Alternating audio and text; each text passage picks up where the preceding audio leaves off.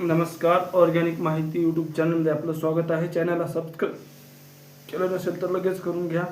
Bell नोटिफिकेशनला click करायला विसरू नका. आजचा विषय शेतकरी कर्जमाफीसाठी आहे.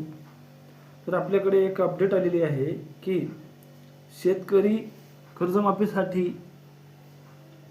चालू थकीत कर्जमाफी करा. आजचा महत्त्वाचं काम.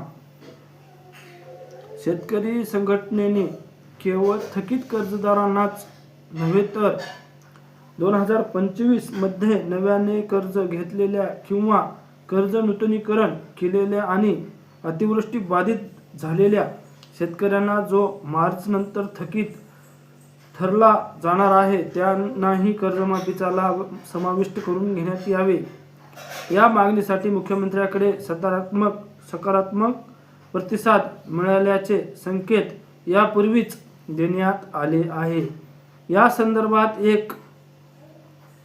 संदर्भात एक उच्च समिती गठीत करण्यात आली असून ती विविध अहवालाचा अभ्यास करत आहे. या समितीचा अहवाल एप्रिलच्या पहिल्या आठवड्यात शासनाला सादर होणार आहे. या दरम्यान सरकारी बँकांकडून खालील माहिती शेतकऱ्यांच्या मागवण्यात जात आहेत. आधार क्रमांक, फार्मर आयडी, 7/12 उतारा आणि आयडीच्या आधारे बँक सेव्हिंग अकाउंट प्राप्त, आधारशी लिंक असलेला मोबाईल नंबर.